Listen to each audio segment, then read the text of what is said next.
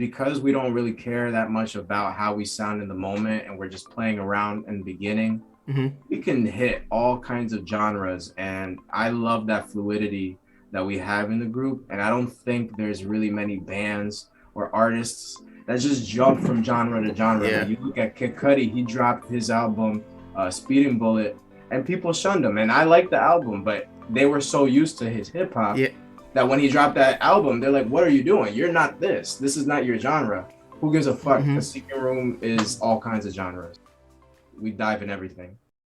Hey, what's up, guys? Welcome to the Team Reinvented Gaming Podcast.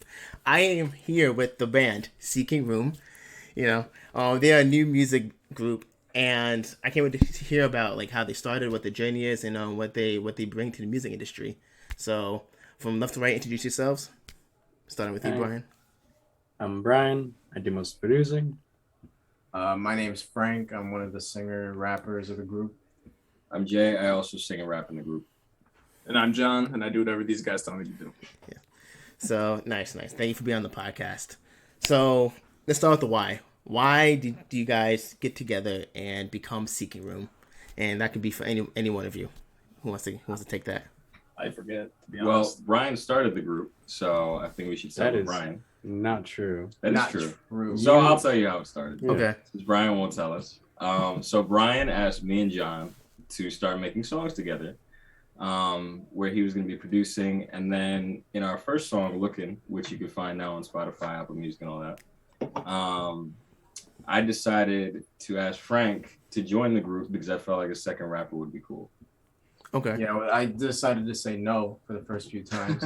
But and then one time at practice, I came downstairs and needed somebody to press a drum pad at the right time, and I did it. And they were like, "You're in." And I was just like, "All right, fuck it, I'm in." I'm nice. here. Dope. So, Brian, I guess you're the creator, per what they say. So I'll aim this at you. So, you answer my question, but I still don't understand why. Like, I understand how you guys came together, but what is the meaning behind Seeking Room? What do you want to accomplish? Like, what's your overall goal? Is there a end goal to become, like, a famous band, or is it just a hobby type of thing? Honestly, what is it? For me, we're all friends. I mean, I would consider these guys all my best friends. Okay. So I always wanted to make music and produce more. And John and Jay kind of do different genres. And we weren't really doing much music lately. So I figured it'd be interesting to see what happens. Okay. Yeah. So you're kind of going with the flow type of thing, seeing where it could take you. If you guys blow up, then you blow up, But if you don't, then it'd be like an experience for you guys. Yeah, I don't really think about famous or anything like that or making money. Just Interesting. it is more of a hobby, but if that happens, then that happens. I find that's very interesting. I feel a lot of musicians now go into, lack of a better word, the rap game, or into the music industry to become these famous musicians, right? To make money, to get the clout and everything like that. So the take, and Brian, you said that. I don't know if you guys agree, the three of you, if you agree with his perspective on that, but it's very interesting that you have that perspective, Brian. Well, I've been in the music industry since I was 18. If you wanna make money, don't join the fucking music industry. All right, that's not the industry. You go become an accountant. All right, Or engineering. or engineering. All right, go to college. Or what Get I a learned good recently, degree. glass. Yes, Do that. No, get a trade. Don't do music.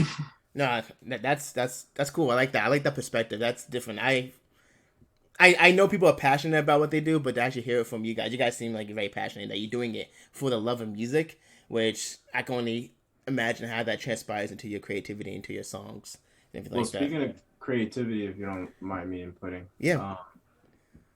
I think that, like Brian mentioned, we're all friends originally, and I mean friends for years. We see each other often, and we all just are musically inclined in our own kind of ways, or poetically inclined in our own kind of ways, where we have the dynamic of having our own practice and our own hours and hours on end of just work on music and lyrics. And then on top of that, since we are such a close friend group, none of us are really embarrassed in front of each other. Yeah. Where we have like this ability to be goofy, to get serious, to be creative. And if it's something that isn't tried out yet in like the actual industry, it doesn't stop us from trying it out. And even if we sound stupid, and sometimes those are the things that come out and somebody else is like, wait, record that. Yeah. And then, Hop on the you mic. know, and it works because we got John, who's used to acoustic guitar music. He has his own style. Jay has his own music. He has a bunch of EPs out already. Brian has so much history making his own productions and working with different types of people in different genres. And I am the only one that doesn't have anything. But since I've been around them doing that for so many years, it's like I've already been a part of that. Mm-hmm. But I never had like the responsibility to mold to a certain type of direction. So I feel like that just gives us all like a really easy way to mesh and become something that isn't necessarily popular yet. Yeah. And since we're not really concerned about becoming famous or to make money, it's not really holding us back to make something that might not work out, but it might become amazing and completely different and something you'll never hear before us or after us. Who knows? Yeah. No, that's amazing. And I don't know what to say. I'm speechless after that, Frank. No, that intrigues me. Is there any?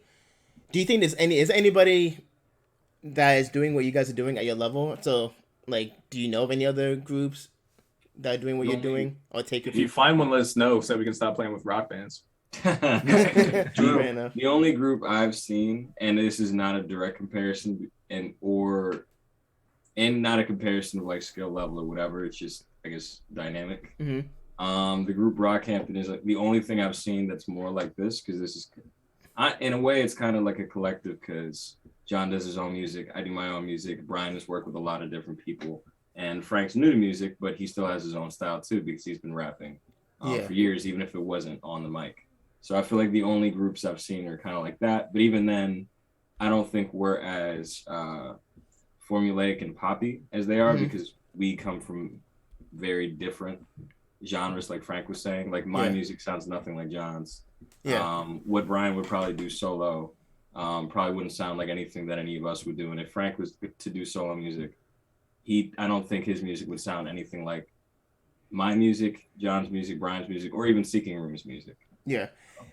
So that collective perspective that you guys have, right, doing this journey, this passion, right, doing Seeking Room, does that translate into individual music or into your individual journeys? Because now you start talking individual level. Okay, am I still doing it? I mean, I want to know, are you guys going to still do it for the business side of it, or are you still going to do it for the love of music? Obviously, that passion is still going to be behind the fact, right? But when you start breaking down individual level, I'm interested. Like, so John, I go to you. So individually, and I seen something called Honey Wine. Is Honey Wine you? Is that like? That's me. Okay, so that's you. Okay, that's you. Okay. I am Mr. Wine. Mr. Wine. Yes, I read that. So individually, is that same perspective still there when it comes to music? Yeah, I mean, I do my solo stuff just because I love to write, and I write too much, which means I got to record it and get it out of my notebook, put it on the airwaves. It's just, for some reason, I feel this need to like just write, record, show people, even if it's only like 20 people. Those 20 people hear it. I played a show a couple days ago. It wasn't packed or nothing, but there's probably at least 20 people there just listening to my sad shit. Loved it. Oh wow, It was fire, by the way. Okay. It was. Nice. Yeah, that's what drives me to do it. Just if somebody could hear my words and get something out of them, nod their head along to the music. Okay, yeah. No, it's very interesting. I like I said, I'm asking all these questions. And it really intrigues me just that how you can have such a love for something that just it's almost like a zen, right? When you do something you love and when you're in it, it's like it's a lightning, right? It's just yes, it's the best kind of high. Yeah, it's funny you say that. Go ahead. So, no, I was saying it's funny you said that because it's like I was talking to Jay the other day. I feel like freestyling before even making music is kind of like a method of meditation. You get to just like completely get yourself out of your own actual thoughts of the moment. You have to go further beyond that. Sometimes you can't even think. You just gotta let words come out of your mouth. And if you're doing that consistently, it's almost like you're not thinking. It's like you're just letting it happen. And to me, I actually find it like Zen. So it's funny that you said that, because it is a method of just like getting out what I've been holding on to for such a long time, stuff that I've been bottling. I could talk about emotions. I can talk about colors. I could talk about whatever comes to mind, whether it's meaningful or not. But it's a form of relaxation. Yeah. Before even making music, just the freestyling aspect, and then just getting that onto paper and then getting that onto music. Because even John, he makes music, and a lot of times it's just he feels some type of way. He makes a chorus out of a feeling, and he likes it, and he doesn't even think about it. He just keeps going and like lets that go on from there. And he's in like, the end, it's "I gotta very write therapeutic. that." Super therapeutic. Very therapeutic. Interesting. Yeah, in my line of work, obviously, I own an esports organization. It's not. I wouldn't put therapeutic and esports in the same sentence, to say the least, right? It's almost it's competitive. You know, my line of work is competitive, while your line of work is therapeutic. Well, it is also competitive. Well, I yeah. was gonna say, to a degree, I think it is a healthy competition in a way. In the way that we have 3 vocalists. So, Yeah. and 4 if Brian wants to throw a harmony on there or something like that. Hey, it's been done. I'm just saying. Done.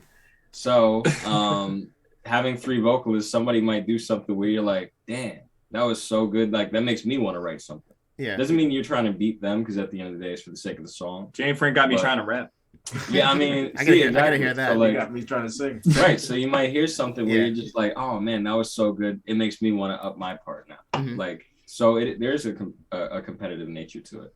And like even competing with yourself well, I guess this seems therapeutic still, Yeah. but competing with yourself in terms of, all right, that song was cool, but what else could we do? Yeah. Okay. Nice. So you guys are based in Long Branch, New Jersey, correct? That's like where you guys say you're based from. Okay. Yeah, I know you guys perform. You mentioned some performances in the past. So where have you guys performed recently?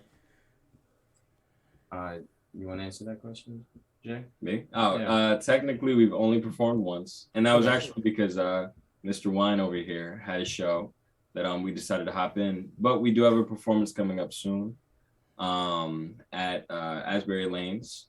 November what is- 4. Yes, November 4th. November 4th. Number 4. So Thursday we will night. have more performances coming. Really, honestly, the group is really new. Yeah. Like, it's ridiculously new at this point. Like, maybe we've been together for maybe like a month and a half, 2 Okay. months. Because it really was like almost like a spur of the moment thing, and then all of a sudden 2 weeks later, Lookin' was made, and then we just kept going from there. Nice. And now we got almost 6 songs in the works that we're Ooh, album coming soon. Yeah, so Ooh. stay tuned. Oh, nice. Follow us on Spotify. Is John gonna be rapping in that one? Because I want to hear that. Not this one yet. Not yet. Not yet. We gotta get some Brian and John rap vocals in there. Yeah, totally. Nice. yeah. So, do you guys? So when I, just doing business and everything, I always look at different industries, and I try to see like which ones are saturated. Do you think the music industry is oversaturated, or Oversaturated. or there would ever be a point where it hits like a glass ceiling? No, it's just gonna overflow and keep flowing until it oversaturates everything else. Okay, is that bad? Is that a bad thing? Well, it's not bad. It makes it harder to make money in the long run, but at the end of the day, it's actually good because then you just get a lot more content from a lot of different people, a lot of different genres. You get people like us coming up out of nowhere. Well, also too, like I think if not for the saturation, there's a lot of styles that just wouldn't exist. Because, I mean, when you just only listen to radio to hear what's out there and available, I think it's really limiting. A lot of music has come out and become popular on the internet, where before we probably never would have heard it at all anyway. Makes sense. So I feel like, yeah, it could be annoying in the way that like there's a lot of the same thing, Mhm. but there's also a lot of dope stuff out there too. Such as Seeking Room. It's just seeking. So I just see- So I'm trying to figure out how to word this. You mentioned mainstream radio, mainstream media. Do you think being I'm gonna say independent, right, for lack of a better word, independent artists or when I say independent, I don't mean like individual. I mean like you guys could still be secret room. I'll classify you guys as independent, right? Do you think that outweighs being mainstream, being a mainstream presence? Do you think there's in 2021? Do you think there's a beauty in being independent versus being mainstream? I don't have that much knowledge in terms of all of that, but what I feel like from what I do know, and Brian and Jay and John, you got correct me if I'm wrong. If you're independent, it just really allows for more authenticity because you don't have like a label that's forcing you to have a specific sound, to have a specific name, a style, a deadline. You know, like if you have a deadline of a week, you might just throw out trash because you don't have time to make quality music. And then you just have to put something out just to put it out. But if you're independent, you don't have to have that type of pressure and you could take your time with it. Sometimes it just doesn't come up in this season. Sometimes it comes up next season. A lot of times I remember we had conversations on like, sometimes you need to take a moment to step back and experience life. And then you're going to have more content to speak on. Yeah. To talk about for your next project or your next single or whatever. But if you have a deadline, you don't really have that ability, that type of leverage. Frank's right. There's a lot of breathing room with being independent. Makes sense.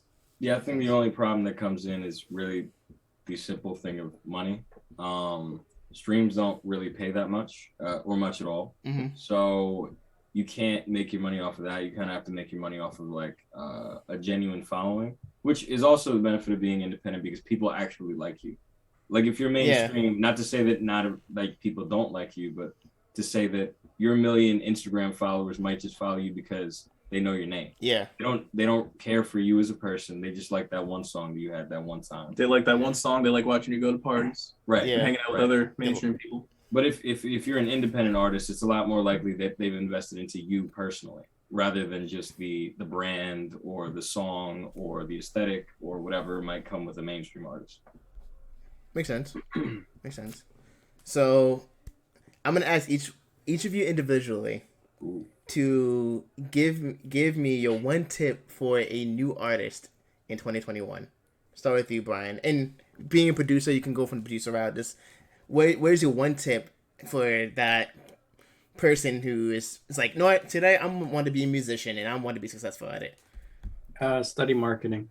That's I think one of the most important things. Most people can make good music pretty easily. You just have to market yourself if you want to make a career out of it. Okay. Yeah, social media is important and all that. Yeah, until Facebook shuts down one day and people lose their minds. Oh, yeah. Twitter's for it. Oh, okay. So marketing makes sense. Yeah, I think nowadays more than ever, it's easier to market. I think when it comes to marketing, from my advice on that is don't just rely on social media. The traditional forms of marketing, such as billboards and putting flyers on a wall, still matter. Just so you don't funnel yourself. Write this down. Seriously, like there's like these bus stops. They have like a sign that's like, "Hey, call us so we can get you a poster there," and it's free marketing on a highway. That cars are gonna drive down 24 hours a day. You know, millions of people that they're gonna look at it while they're at the red light zoning out. You know, so social media is definitely a great marketing tool, but funneling it could be deadly if it decides to not work one day, or if some clauses, it's just better not to keep your eggs in one basket. So that's my advice on marketing. John, what's your advice? My advice: finish that song, no matter how bad it is. Just start it, finish it, figure it out, do it over and over again until you get your own formula. Get a couple different formulas. When you say finish it, you mean like put it out, finish it, or just not necessarily put it out, but just finish writing it. Like get the song from A to the end where it's supposed to be. Just have it laid out and be like, okay, that's how you do it. It's just practice. Okay. Just keep finishing it up. Practice finishing songs. Oh, that's very interesting. I assume you get to the point where it's like, I don't know how long it takes to write a song. I never wrote a song, but I can imagine that you'd be maybe a couple hours in and like, I don't want to do this anymore type of thing.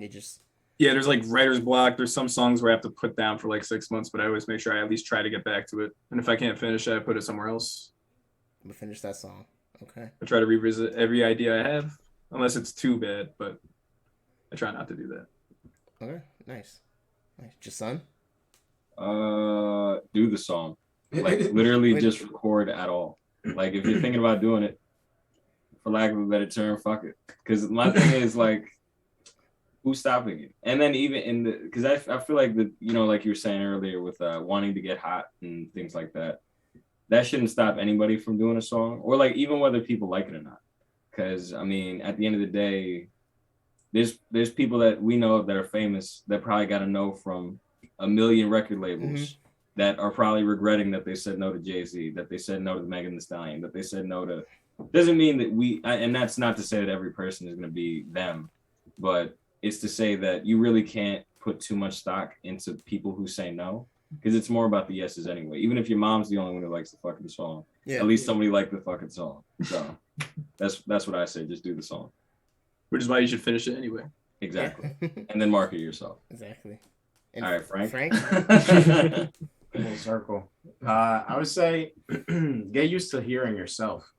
Get confident in your own voice. And because a lot of people can't hear themselves on TV or on a recording, you know, in a video, they don't sound the same to themselves, which is normal. But you got to get used to that because you're going to keep hearing yourself over and over and over again. And you got to get confident in that.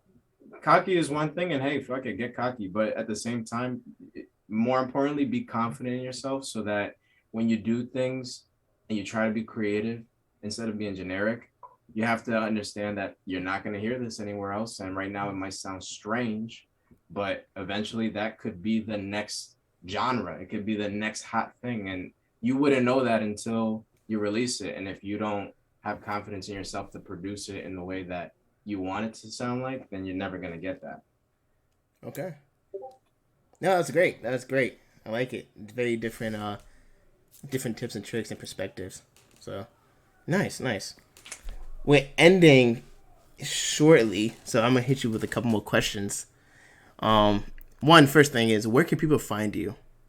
I know you gave out some shout outs during the video, but where can they find you so I can put it down in the video and make sure I have it all laid out? Brian, we can take it away. Okay. Where can we be found? What's our address? Instagram. So you can find us on Instagram, Facebook, YouTube. Our Instagram is seekingroom_. Same thing with the no, we don't have Twitter anymore. Take it back. Facebook, you can find us at Seeking Room Official. Also Spotify, Apple Music, all that stuff. Tidal. We're on Tidal. We're on Tidal. Who uses Tidal? Hey, I met somebody who does. Don't judge. We could have some Tidal. He was like, "Damn, are you on Tidal?" I'm like, "Actually, I think so." So SoundCloud, whatever. We're on all those streaming platforms. We only have one song out, but still stream it anyway. It's called "Looking." We have another single that's coming out soon, but I'm not going to tell you what the name of it is because we don't know what the name of it is. Yeah, we do. Don't listen to Brian. All we can tell you is this ain't over anytime soon. Right. This ain't over anytime soon. Anyways, there will be a song soon. But yeah, you can find us on all those things. Okay, nice.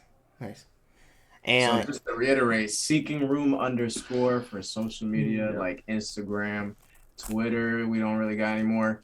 Facebook, he said Seeking Room Official. Yeah. Find us on Spotify, Apple Music, also, iTunes, YouTube, Tidal. Also, don't forget, you got to follow us on Spotify. Listen to the song, but also follow our Spotify page. You won't be disappointed. Exactly. Right. There will be songs to come soon. So, Jason, I'll have you message me all the links after the podcast. Gotcha. So I can put them in the video and link them. But my last question is, and I probably already know the answer to this, like every podcast episode, how do you want to reinvent your industry? Reinvent the industry. Who's got to answer first?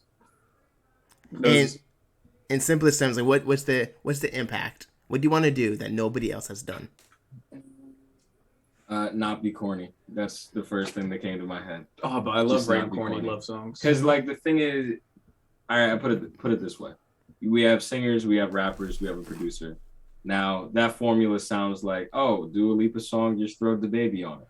Like that, I don't want to do that. Like okay. It's really easy to make it really formulaic, and just be like, oh yeah, the rap part goes here. You just do this or that. But the fact is, like, we all have individual skills that we came in with. I'd like us to keep our individual skills and not in the way that we feel like we're just making like very formulaic pop songs, even if they might have pop structure. Because there's nothing wrong with pop structure, but within that, you can still have lyricism, you can still have different vocal styles, you can still have like different melodies that aren't, you know, Ariana Grande melodies. So to just not be corny, that's it. And to answer an old question or an old thought of yours, where we have made so far, we made a lo-fi type of hip hop song. Okay. However, we got hip hop, just hip hop. We got an EDM track. We got R&B. We got.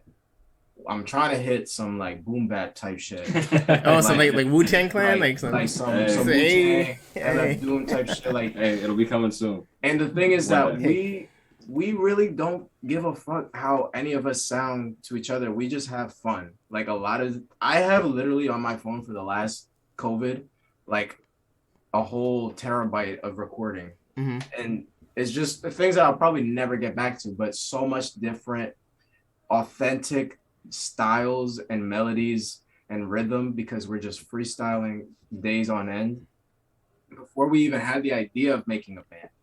And so now that we have like the practice behind us and we have the information, if we actually really wanted to get back to a specific recording, because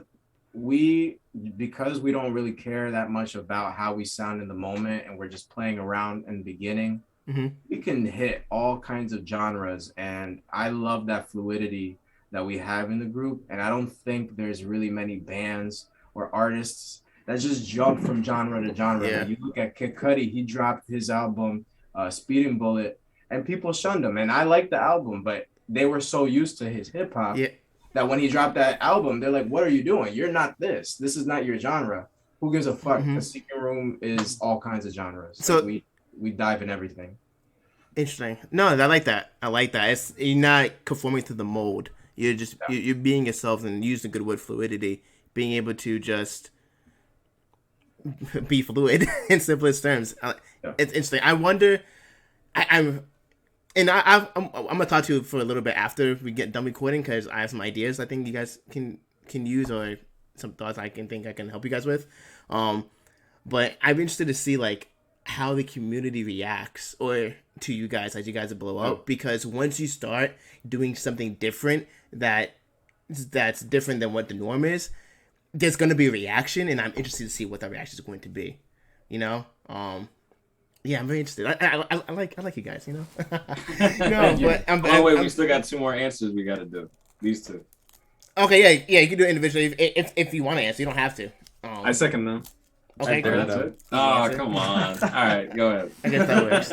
No, but I haven't thought about reinventing the industry. I'm thinking about reinventing myself. Ooh, beautiful. Talk about it. Real life shit. Expanding? Are we gonna expand on that? Or what else? The segue into my sad boy music. You gotta hit John with the honey wine interview. And then, you gotta follow his music. He has really good, thoughtful shit. Yeah, I was looking at it before you hopped on. I definitely dive deeper. You know, maybe the outro to this video is gonna be like one of your songs. Who knows? You know, I can make that happen. Just send me over the MP4 or whatever the audio file. I can make it happen. Gotcha. But no, thank you guys. It's definitely a great talk. It was nice to talk to people just who have I can't even describe. I don't know what the right word is. Just like the passion. Like John, you said therapeutic. Just like you said, not corny. You know, Frank, you said fluid and everything like that. It's just those words really, really hit hard when it's coming from people who actually care about what they do.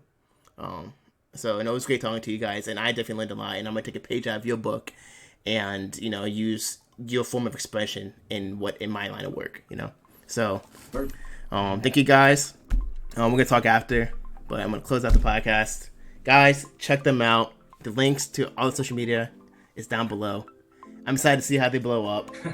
And I know you guys excited to hear John rap as much as I am. So, until next time. We gotta make it happen now. Yeah. All right. And I will see you guys in the next one. Thank you. Peace. Thank you.